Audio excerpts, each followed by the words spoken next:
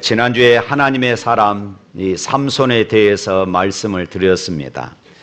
이 삼손이 살던 시대를 우리는 사사시대다 이렇게 이야기를 하지요. 이때의 특징은 각기 자기의 소견대로, 자기 소견, 자기 기분대로, 자기 감정대로, 자기 생각대로 살던 그런 시절이었다. 성경은 이렇게 말합니다. 그러니까 자기 생각, 자기 기분, 자기 감정을 앞세우며 살았으니까 당연히 영적으로는 하나님과 멀어지고 하나님과 관계없는 이런 삶을 살게 되는 신앙의 암흑기, 혼돈의 사사시대가 이제 끝나고 있는 그런 지점에 이제 사무엘이 등장하게 되어집니다. 이스라엘 백성들이 가나안 땅에 들어왔을 때에 가나안의 문화는 당대의 최고의 문화를 꽃피우고 있었습니다.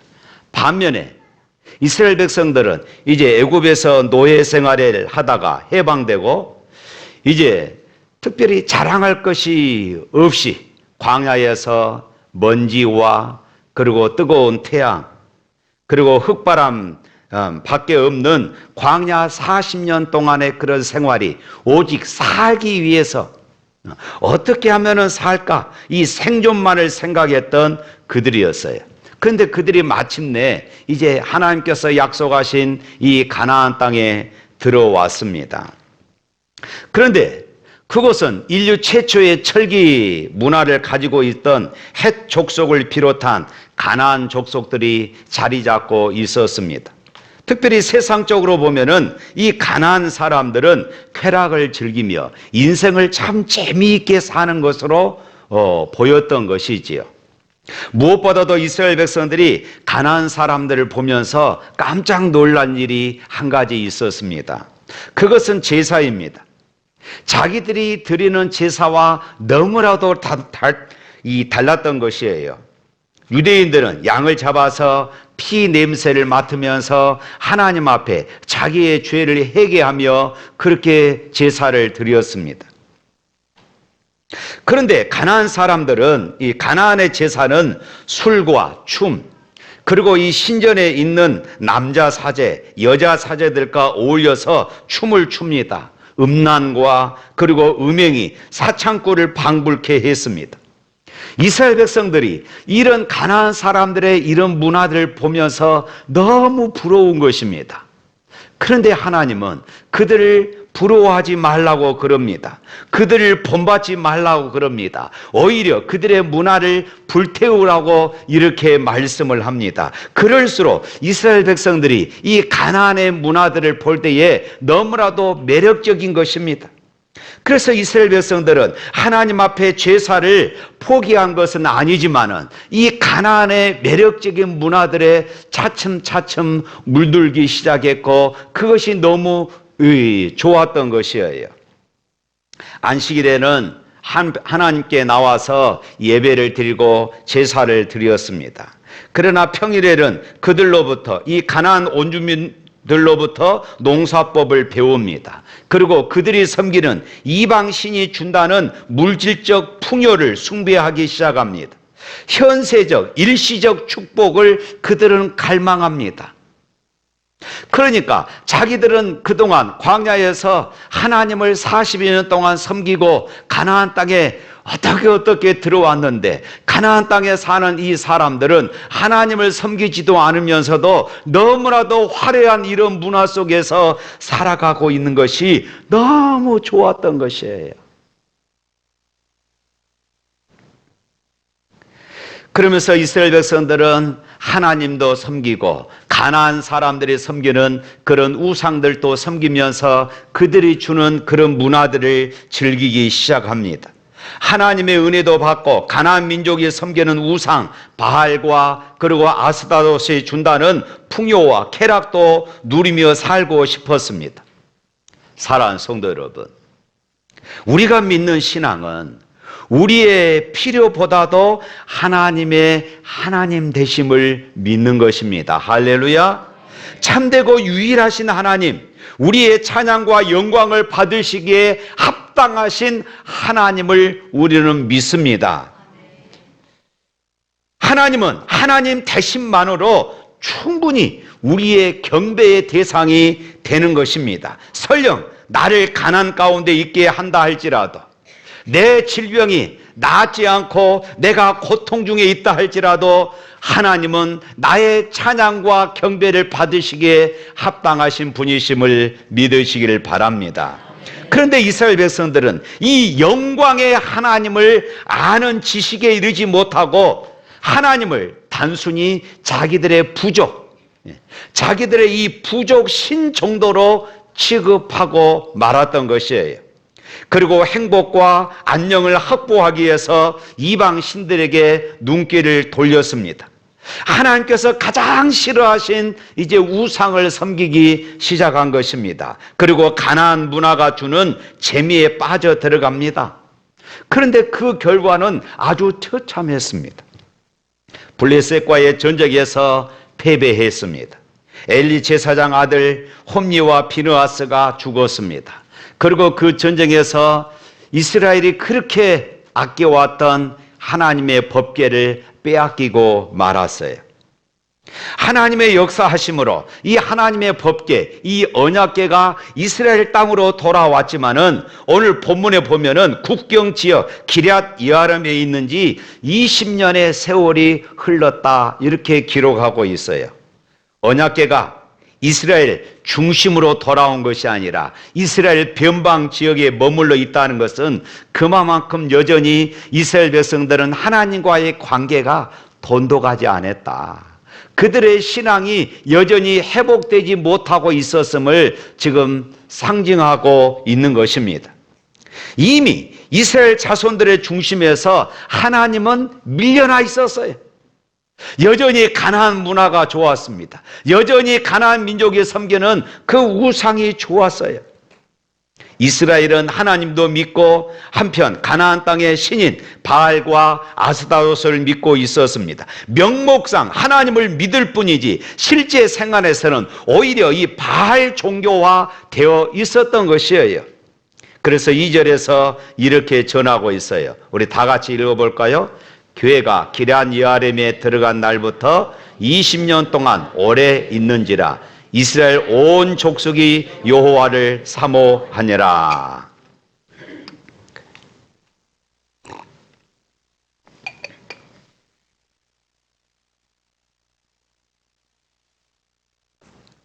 자, 여기 말씀 보면 우리 성경으로 보면은 이스라엘 백성들이 하나님을 간절히 사모했다, 여호와를 사모하니라 이 말씀을 보면은 참 좋은 의미로 느껴집니다. 야, 이스라엘 백성들이 신앙이 회복되고 있구나 이렇게 보일 수가 있어요. 그러나 이 원문을 직역하면은 여호와 뒤에서 울부짖었다 이런 뜻입니다.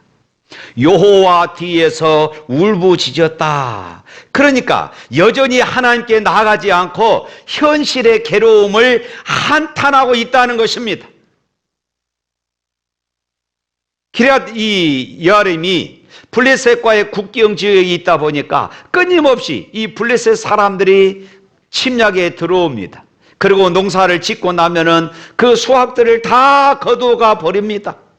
보이는 대로 다 약탈해 가니 먹고 살 길이 막막해지는 것이에요.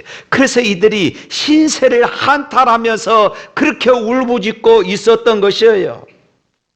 사랑하는 성도 여러분, 하나님께서 젖과 꿀이 흐르는 가나안 땅으로 인도하셨잖아요. 그러나 법궤가 20년 동안 그들의 기억 속에서 이렇게 잊혀지고 방치된 이것이 말해주듯이 하나님을 잊고 산 결과가 무엇입니까? 사는 게 너무 힘들어서 한숨을 쉬며 탄식이 저절로 나왔다는 것입니다. 하나님을 버리고 받아들인 가나안의 풍요의 신들은 그들에게 풍요를 주지를 못했습니다. 성경은 하나님을 떠난 사람들의 삶이 이렇다 하는 것을 우리에게 지금 가르쳐 주고 있는 것이에요. 하나님을 떠난 인간 사는 죄악과 고통이라는 것입니다. 사람들은 이런 슬픔과 애처로움을 감추고 살지만은 교회 밖에서는 절대로 하나님의 축복된 삶을 살아갈 수 없음을 우리에게 말해주고 있는 것입니다. 언약궤가 기럇 여아림에 방치되어 있고 영적인 리더십이 실종된 상황 속에서 어릴 때부터 성소에서 자라며 하나님을 섬겼던 이 사무엘이 드디어 역사의 무대에 등장하게 되어집니다. 그래서 오늘 3절 말씀에 보면은 이렇습니다. 3절 다 같이 읽어봅니다. 사무엘이 이스라엘 온 족속에게 말하여 이르되 만일 너희가 전심으로 여호와께 돌아오려거든 이방 신들과 아스다돛을 너희 중에서 제거하고 너희 마음을 여호와께로 향하여 그만을 섬기라. 그리하면 너희를 블레셋 사람의 손에서 건져내시리라. 아멘. 우상을 제거하라고 말합니다. 사실 오랫동안 우상 숭배에 익숙해져 있었기 때문에 우상을 버리는 것은 쉬운 일이 아니었어요. 왜냐하면 또한 그들 문화 속에서 주는 즐거움이 있거든요. 재미가 있거든요. 쾌락이 있거든요. 이것을 다 버릴 수가 없는 것이에요. 바알과 아스타롯을 섬기는 것이 상당히 매력적이었습니다. 이런 것들을 버리기가 힘들었습니다. 그러나 사무엘 선지자는 힘있게 외치고 있어요. 당당하게 외치고 있습니다. 너희가 여호와께 돌아오려거든 반쪽짜리 마음으로 돌아오서는 안 되고 온전한 마음으로 하나님께 돌아오라, 이렇게 말씀하고 있어요. 하나님을 이용해서 지금 내가 당하고 있는 이 어려운 문제, 이것만 일시적으로 해결하겠다고 하는 이런 마음을 던져버리라는 것입니다. 그동안 믿고 살았던 바알을 버려라. 아스타롯을 철저하게 버려라. 오직 하나님만을 섬겨라. 사무엘 선지자가 역사의 무대에 등장해서 첫 번째 외쳤던 것들은 바로 이것이었습니다. 물질 만능주의, 쾌락주의, 성공신앙을 버리지 않고는 아무리 설교를 들어도 이 성경은 미신이 될 수 있는 것이고 하나님을 만나는 것과는 거리가 멀다는 것입니다. 하나님은 우리의 주인이십니다. 할렐루야. 하나님은 우리의 왕이시고 하나님은 역사의 주인이십니다. 믿으시기를 바랍니다. 내 축복의 도구, 내 성공의 수단이 아니라는 것이에요. 물질이 왜 나쁘겠습니까? 하나님이 만드신 것이고 하나님께서 우리에게 복으로 주신 것이잖아요. 이 물질로 우리는 우리의 가정에 주시는 비전들을 이루어냅니다. 이 물질로 우리는 하나님의 나라를 세우기도 합니다. 이 물질로 교회를 세우고 이웃을 섬깁니다. 그러나 물질을 얻기 위해서 하나님을 그리고 신앙을 이용해서는 안 된다는 말씀입니다. 사랑하는 성도 여러분, 바알과 아스타롯을 버리라는 말이 무슨 말입니까? 교회에 와서 하나님을 섬기고 예배한다고 하지만은 사업할 때는 바알의 방법으로, 취미생활은 아스타롯을 따른다는 것입니다. 자녀들의 교육, 자녀들의 결혼, 세상 사람들의 가치관 그대로 합니다. 우리는 솔직히 사람의 도움을 크게 받고 살아갑니다. 사람들이 가진 돈, 사람들의 권력, 사람들의 능력, 사람들의 지혜의 도움을 받으려고 우리는 뛰어다녔습니다. 그런데 이 모든 것을 버리고 온전히 하나님만을 바라보라는 것입니다. 이거 버리지 못하면, 이건 여전히 붙잡고 있으면은 내 신앙이 새롭게 될 수가 없다는 것이에요. 우리 교회가 새로워질 수 없다는 것입니다. 사랑하는 성도 여러분, 하나님께 온전히 돌아올 수 있기를 바랍니다. 그때 성도의 기도에 능력이 나타나는 것이에요. 내가 하나님 앞에 돌아가면은 우리의 가정에 능력이 나타납니다. 내가 하나님 앞에 바로 서면은 샘물교회는 이 시대에 하나님 앞에 귀하게 쓰임받는 교회가 될 줄로 믿습니다. 고통의 멍에 벗으려고 예수께로 나아갑니다. 예수께로 나아가야 합니다. 나 주를 멀리 떠났다 이제 옵니다. 하나님을 떠나서 어디에 살았는지, 어디에서 내가 방황하고 있는지 이제는 제대로 알아야 한다는 것이에요. 전부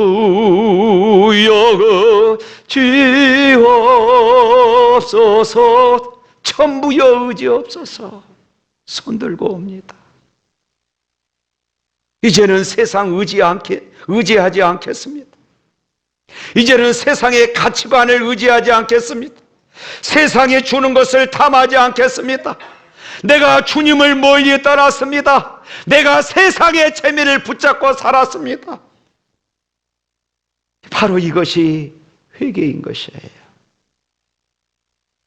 사랑하는 성도 여러분, 기도의 뜨거움은 나의 간절한 소원들을 나열하는 것이 아닙니다. 기도의 뜨거움은 이처럼 진실한 회개에서 나타나는 것이에요.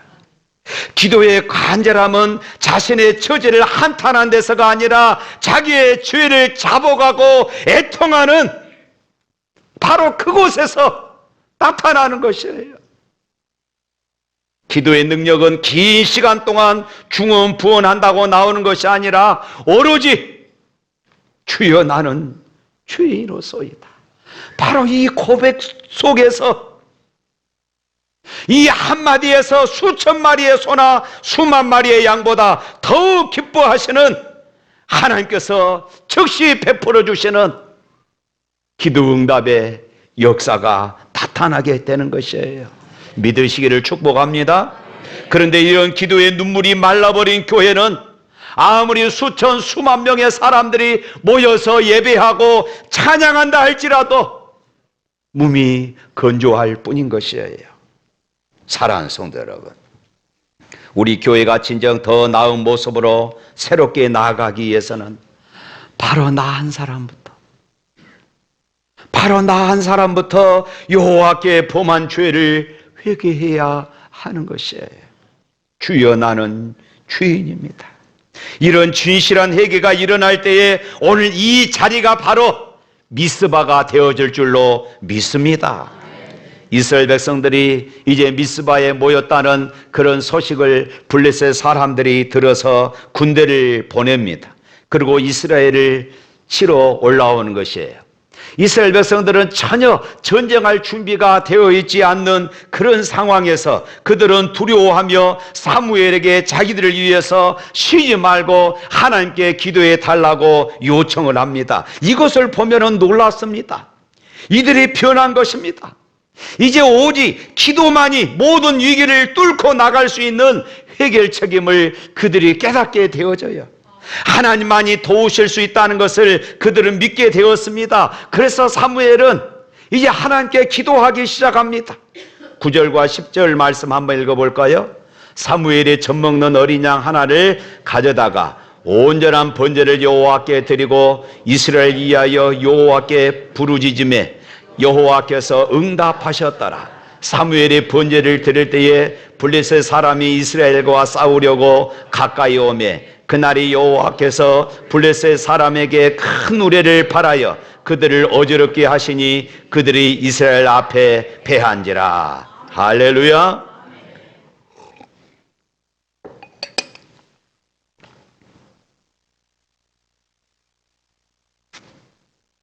사무엘은 백성들의 요청대로 하나님께 번제를 드리며 간절히 기도했고 하나님께서는 사무엘의 기도를 들으시고 응답하셨더라. 할렐루야. 하나님께서 큰 우레를 발하여 블레셋 사람들을 치시니까 순식간에 그들은 혼란에 빠져 도망칠 수밖에 없었습니다. 지금까지 블레셋과의 전쟁에서 그들은 큰 고통 가운데 살았어요. 그런데 오늘 큰 승리를 거두게 되어진 것이에요. 그래서 11절, 12절 이렇게 말합니다. 또 읽어봅니다. 이스라엘 사람들이 미스바에서 나가서 블레셋 사람들을 추격하여 벨갈 아래에 이르기까지 쳤더라. 사무엘이 돌을 취하여 미스바와 센 사이에 세워 이르되 여호와께서 여기까지 우리를 도우셨다 하고 그 이름을 에벤 에셀이라 하니라. 수백 년 동안 블레셋의 위협 아래서 그들은 벌벌 떨며 이스라엘 벌벌 떨며 두려워하며 살았어요. 그런데 이제 완전히 이스라엘 백성들이 달라진 것입니다. 하나님의 강한 군대가 되어서 블레셋 사람들을 격퇴하고 추격하여 국경 너머까지 몰아붙였어요. 법궤를 빼앗겼던 그 수치의 자리가 이제는 영광의 자리로 변화된 것입니다.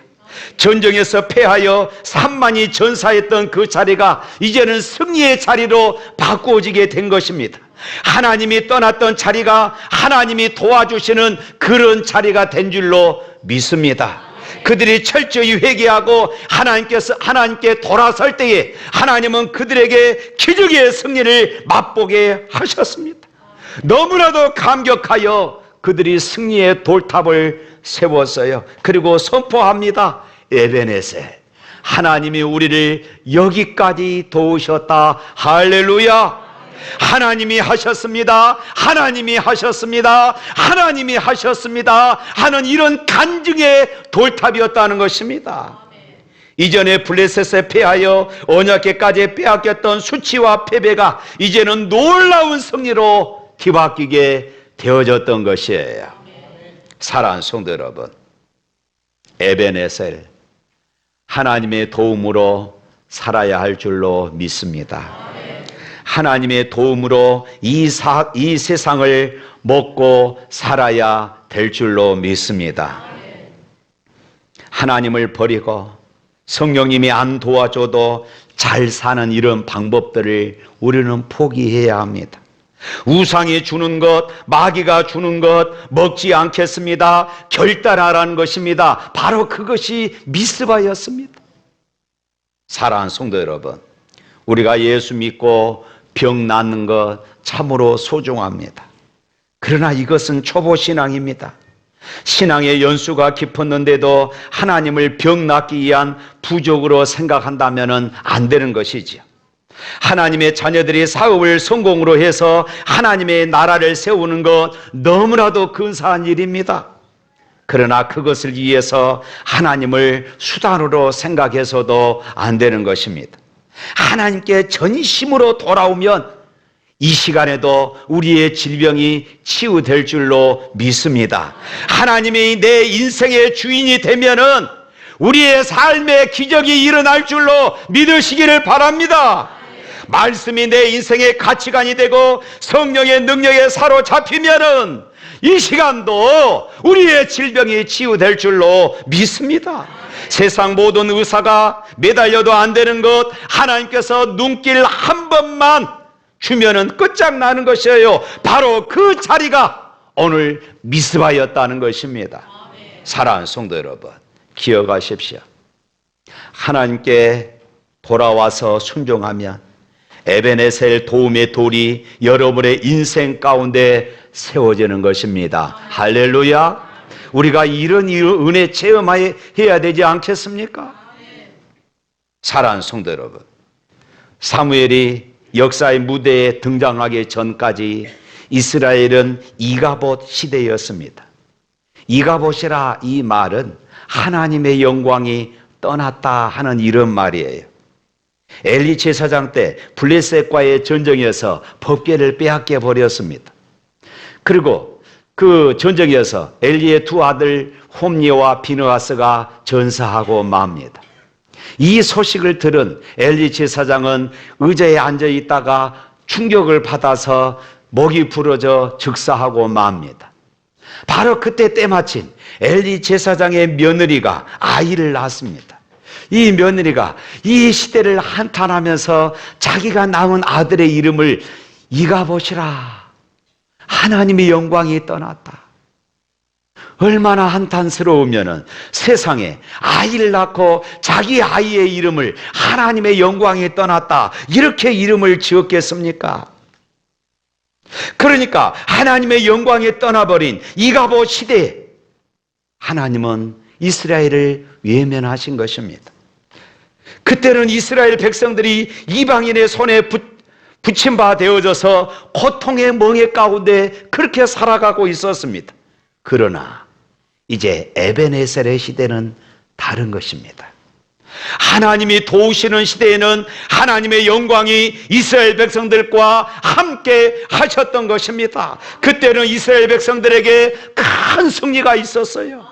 하나님의 손이 이스라엘 백성들을 붙드시고 지켜주심으로 말미암아 평화가 유지가 되었습니다. 여러분이 사는 나날이 이가봇의 시대가 아니라 에베네셀의 시대가 될 수 있기를 주님의 이름으로 축복합니다. 사랑하는 성도 여러분, 시편 121편 1절과 2절 말씀에 보면은 이런 말씀이 있습니다. 다 같이 있습니다. 내가 산을 향하여 눈을 들리라. 나의 도움이 어디서 올꼬?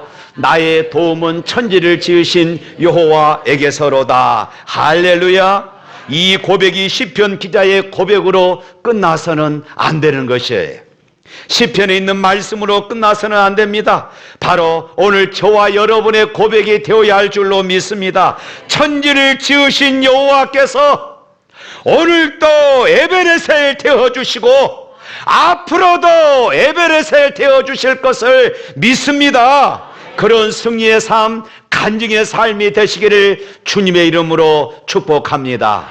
찬양하겠습니다.